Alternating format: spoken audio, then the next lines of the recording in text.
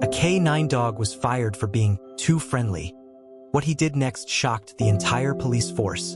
In the heart of a gritty metropolis, where the line between order and chaos blurred, a ruthless police force held an iron grip on the city's pulse. Their authority, once a beacon of justice, had morphed into a suffocating shadow that loomed over every street corner. Amidst this landscape of fear, a most unlikely hero emerged. A K9 dog named Max, whose heart was as pure as his loyalty was unwavering. Max had been a fixture in the force for years, his gentle nature and friendly demeanor a stark contrast to the hardened officers who surrounded him. While his colleagues relied on intimidation and brute strength, Max's weapon of choice was a wagging tail and a tender nuzzle. He had a knack for diffusing tense situations and bringing a glimmer of humanity to even the darkest moments. But in a world where compassion was seen as weakness, Max's kindness was a liability.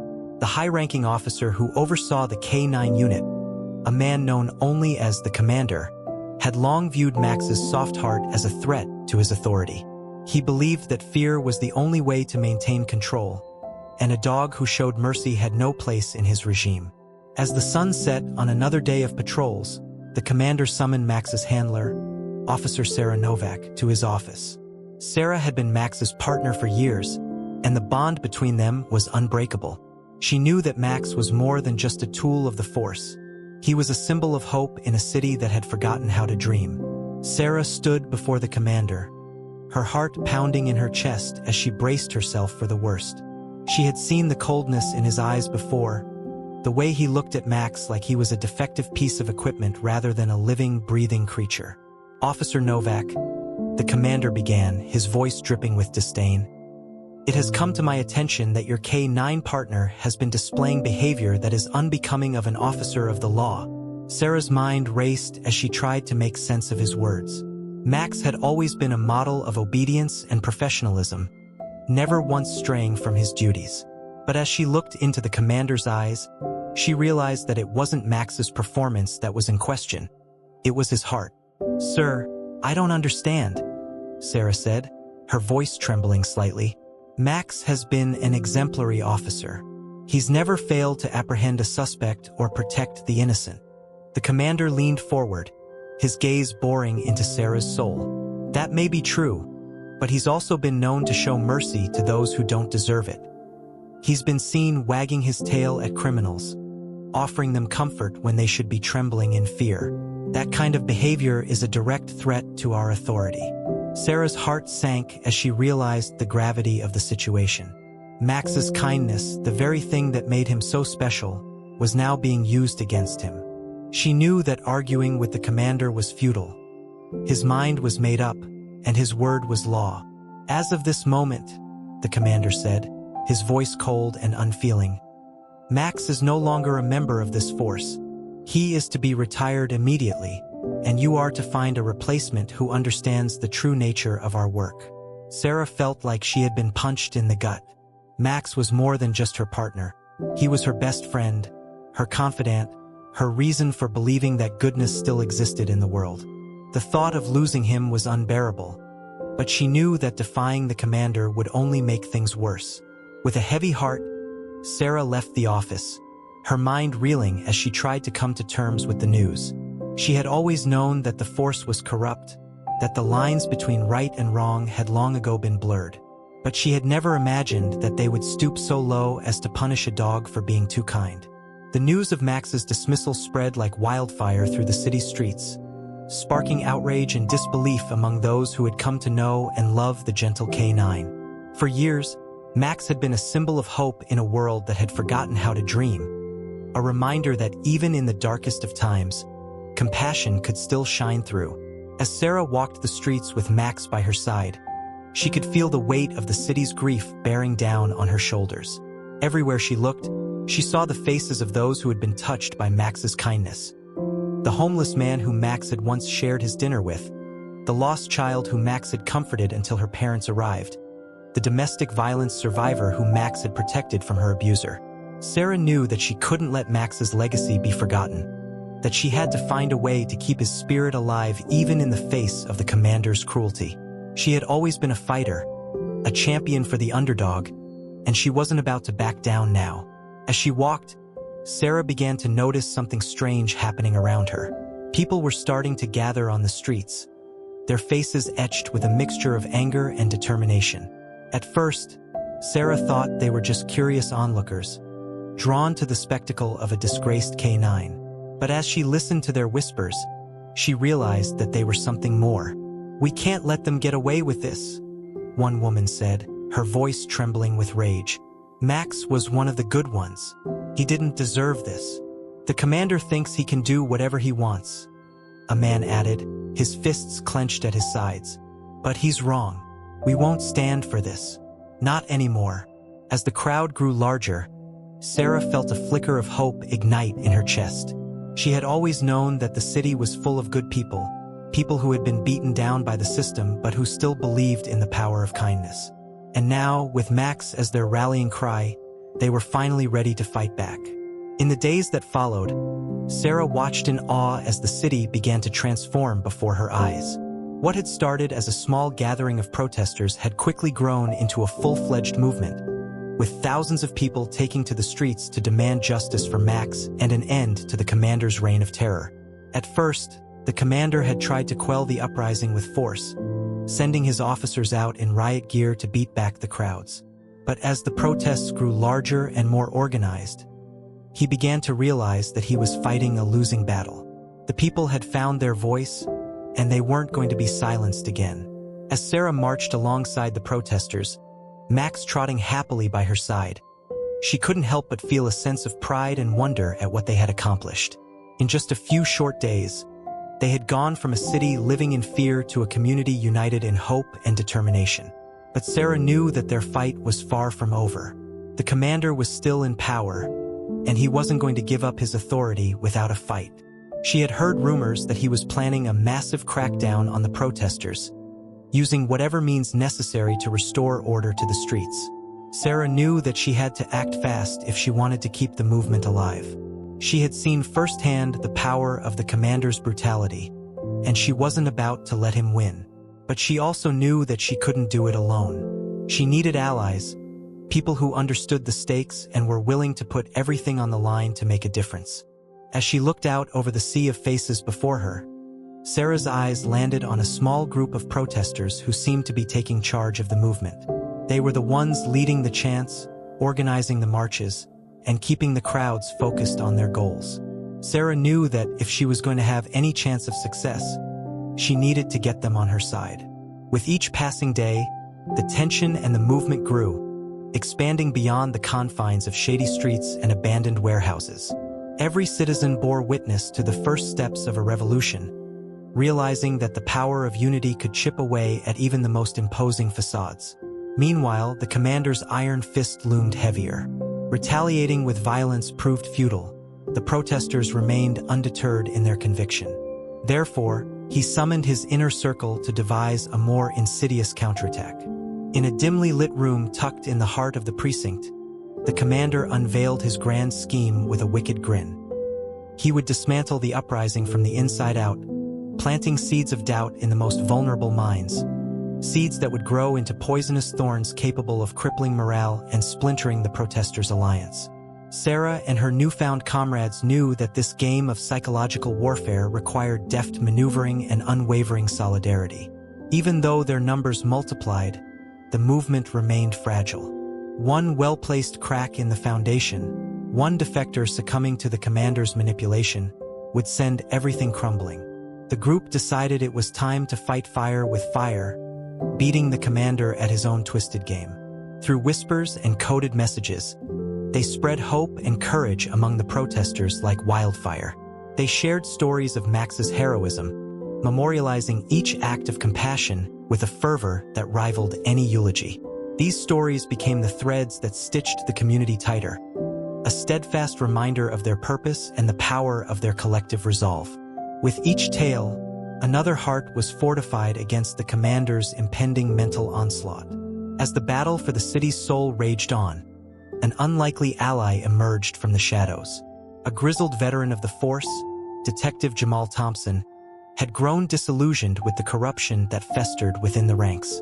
For years, He had watched in silence as the commander's iron grip tightened, eroding the principles of justice and compassion that had once been the force's guiding light. But Max's dismissal had been the final straw, a blatant act of cruelty that shattered any remaining illusions of integrity.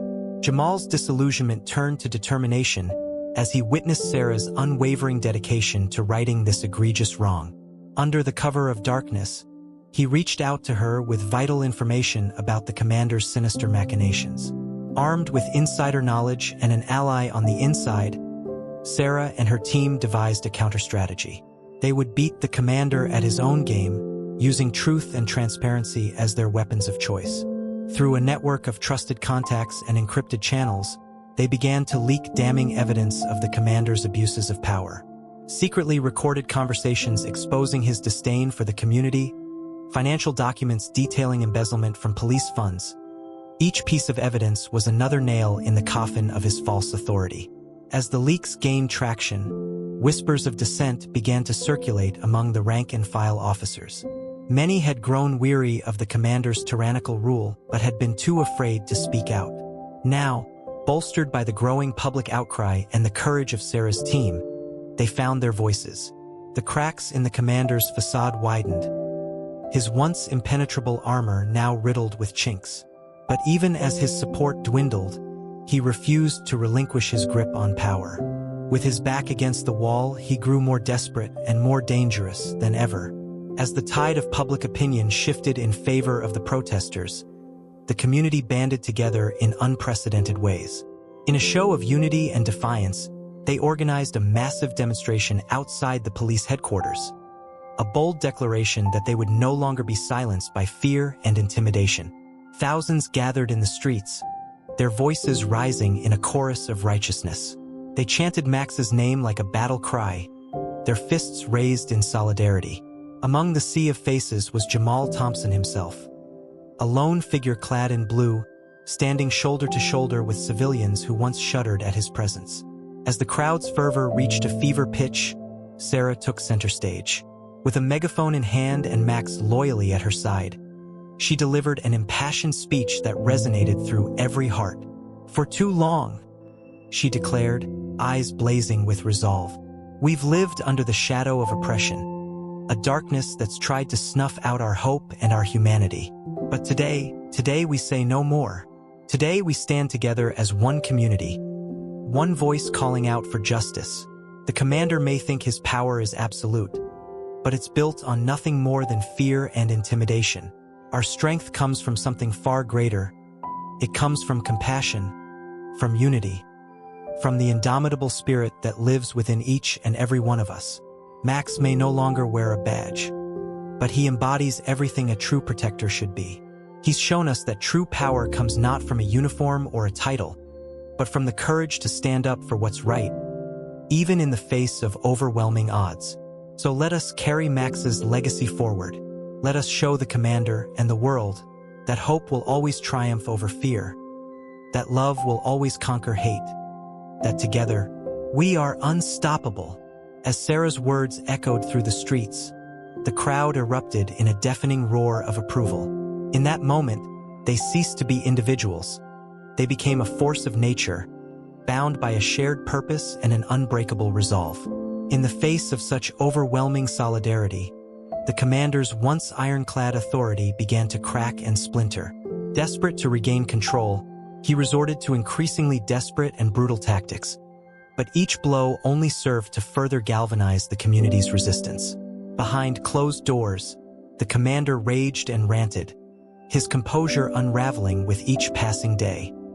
He lashed out at his subordinates, demanding their unwavering loyalty even as doubts festered in their minds.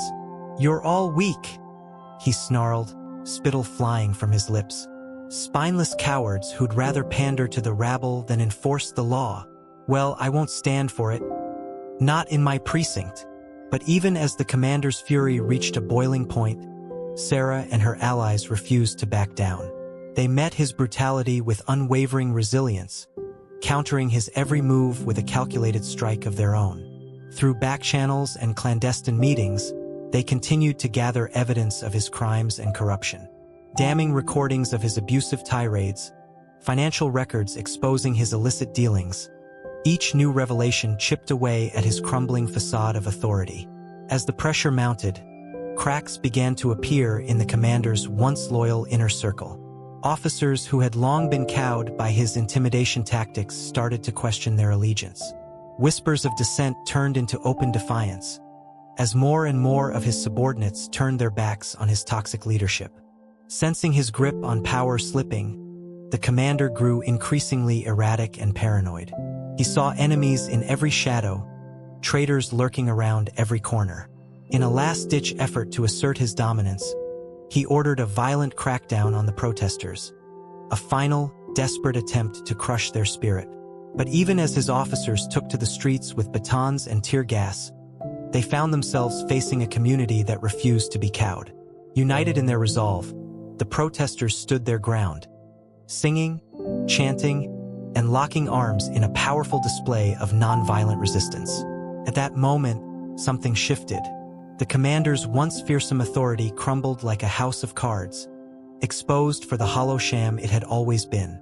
And as his officers looked on in amazement, they saw not an invincible leader, but a petty tyrant flailing against the inevitable tide of change.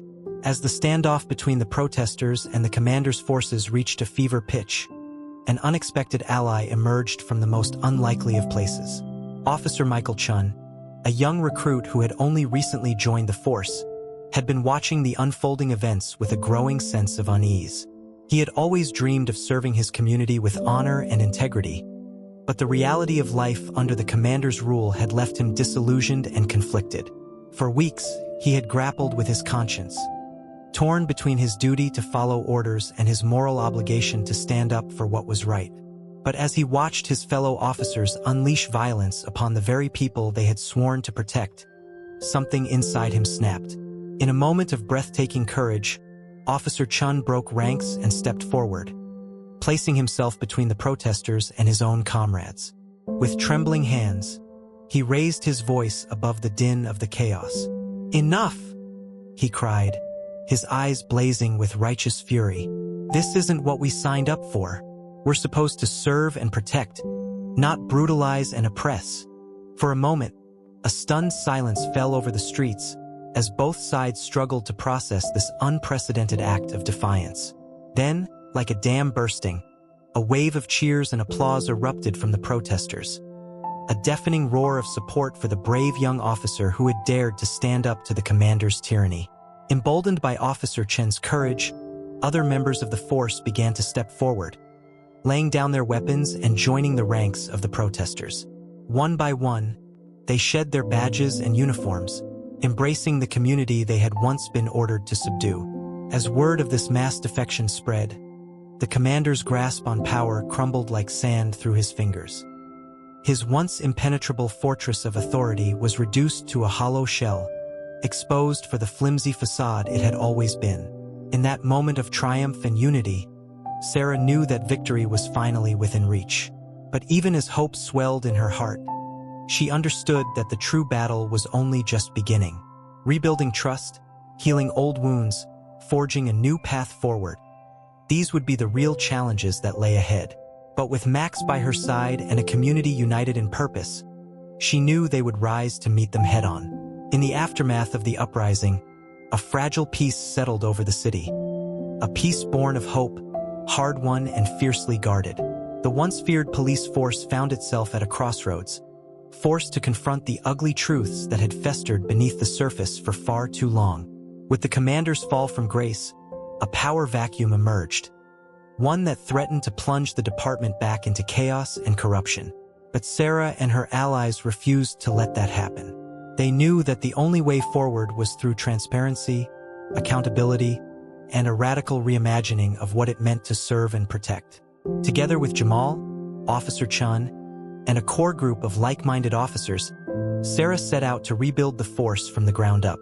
They instituted sweeping reforms, dismantling the old guard and replacing it with a new generation of leaders committed to justice, compassion, and community engagement. At the heart of this transformation was a simple but radical idea: that true strength came not from fear or force, but from empathy and understanding. They trained their officers in de-escalation tactics and crisis intervention, emphasizing the importance of communication and compassion over brute strength. And through it all, Max remained a constant presence, a living symbol of the values they strive to uphold. He became a mascot of sorts for the new era of policing, a reminder that kindness and courage could coexist, and that sometimes the bravest act of all was simply to love without reservation. As the weeks turned into months, the community began to heal, slowly but surely mending the wounds that had torn it asunder. Trust was rebuilt brick by brick, through countless small acts of kindness and understanding.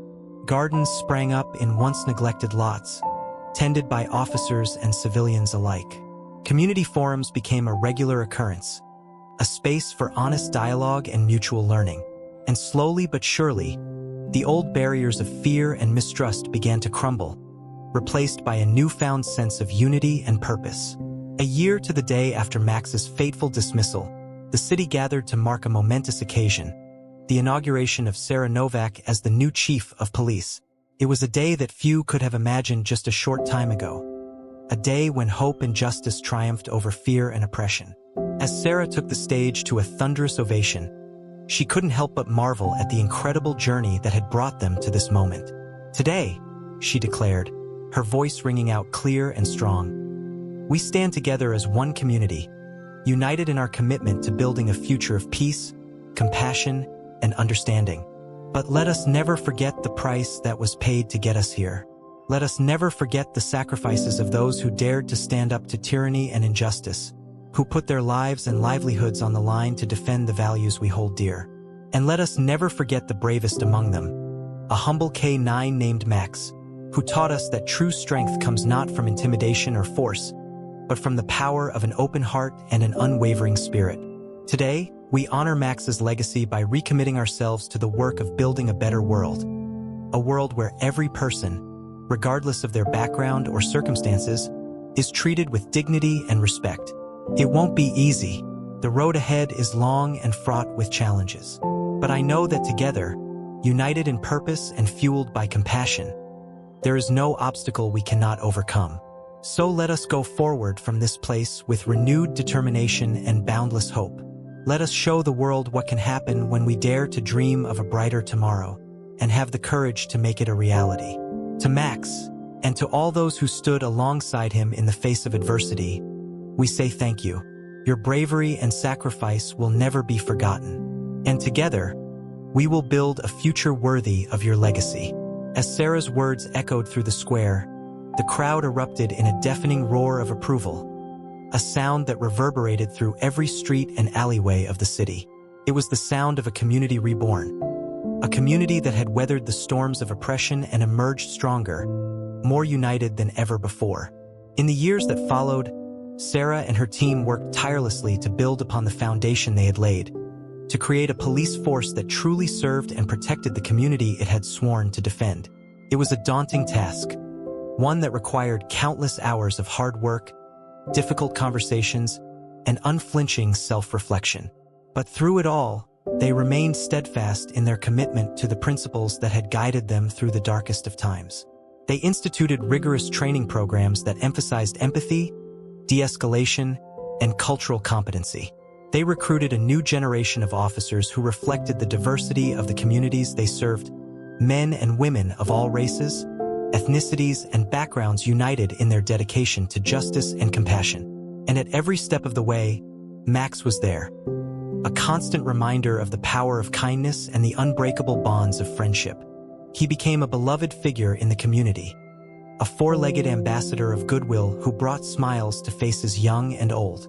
But even as the city healed and flourished, Sarah knew that their work was far from done. She understood that the fight for justice and equality was an ongoing struggle, one that required constant vigilance and unwavering resolve. And so she continued to lead by example, to inspire others with her courage, her compassion, and her unrelenting commitment to doing what was right. She became a mentor to a new generation of leaders, men and women who would carry on the work she had begun, long after she was gone. Through it all, Sarah never lost sight of the lessons she had learned from Max, the simple but profound truths that had guided them through the darkest of times. She knew that true strength came not from force or intimidation, but from the power of an open heart and an unwavering spirit. And she knew that, no matter how dark the night might seem, there was always hope on the horizon, a glimmer of light that could guide them through to a brighter tomorrow. As the years passed and the city continued to thrive, Sarah often found herself reflecting on the incredible journey that had brought them to this point. She thought back to those early days, to the fear and uncertainty that had gripped the community in the wake of Max's dismissal. She remembered the sense of hopelessness that had pervaded every corner of the city, the feeling that things would never change, that the cycle of oppression and injustice was inescapable. But she also remembered the moment when everything began to shift, the moment when a small group of protesters took to the streets, armed with nothing but their conviction and their courage. She remembered the way their voices had risen above the din of apathy and resignation, the way their spirit had ignited a spark that would grow into a raging inferno of change. She thought of the brave men and women who had stood beside her in the face of overwhelming odds, the officers who had defied orders and joined the ranks of the protesters, the community leaders who had risked everything to speak truth to power. She thought of Jamal and Officer Chun, two unlikely allies who had become her closest friends and confidants. And of course, she thought of Max, the humble K9 who had started it all. She remembered the way he had looked at her on that fateful day, the love and trust that had shone in his eyes, even in the face of an uncertain future. She remembered the way he had never wavered in his devotion, the way he had stood by her side through every trial and tribulation. Now, as she looked out over the city that had become their home, the city that had been reborn through the power of their collective will, Sarah felt a sense of profound gratitude wash over her. She knew that none of this would have been possible without the sacrifice and dedication of so many, without the unwavering support of a community that had refused to be broken. And she knew that, as long as they held fast to the values that had brought them this far, compassion, unity, hope, there was nothing they couldn't achieve. Together, they had proven that even the darkest of nights could give way to a brighter dawn, that even the most entrenched systems of oppression could be dismantled by the power of the human spirit. It was a lesson she would carry with her for the rest of her days, a reminder that, no matter how daunting the challenges ahead might seem, they would always have the strength to rise above. As long as they stood together, as long as they held fast to the bonds of love and friendship that had brought them this far, there was no obstacle they couldn't overcome. And so, life in the city went on. A little brighter, a little more hopeful than it had been before.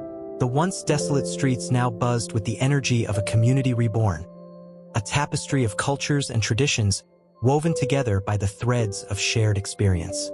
On a sunny afternoon, Sarah found herself walking through the heart of the city, Max trotting happily by her side. As they wound their way through the bustling streets and vibrant neighborhoods, Sarah couldn't help but marvel at the transformation that had taken place. Gone were the boarded-up storefronts and abandoned lots that had once dominated the landscape. In their place stood thriving businesses and lush community gardens, oases of color and life amid the urban sprawl. Everywhere she looked, Sarah saw signs of renewal, of a city that had risen from the ashes of despair to build something beautiful and enduring. As they rounded a corner, Sarah's eyes fell upon a familiar sight, a towering mural that had become a symbol of hope for the entire community. Painted in vibrant hues of blue and gold, the mural depicted a police officer kneeling beside a young child, their hands clasped together in a gesture of trust and understanding. At the center of the image stood Max, his tail wagging, his eyes bright with the joy of service. And beneath it all, a simple message: in unity, there is strength. In compassion, there is hope. Sarah felt a lump rise in her throat as she gazed up at the mural, a testament to the incredible journey they had all undertaken. She thought back to those early days, to the fear and uncertainty that had once consumed her every waking moment. She thought of the brave men and women who had stood beside her, who had risked everything to build a better world for themselves and for generations to come. And as she looked down at Max, her faithful companion through it all, she knew that their work was far from over. There would always be challenges to face, injustices to confront, wounds to heal. But she also knew that, as long as they held fast to the values that had brought them this far, as long as they nurtured the seeds of hope and compassion that had taken root in their hearts, There was no limit to what they could achieve.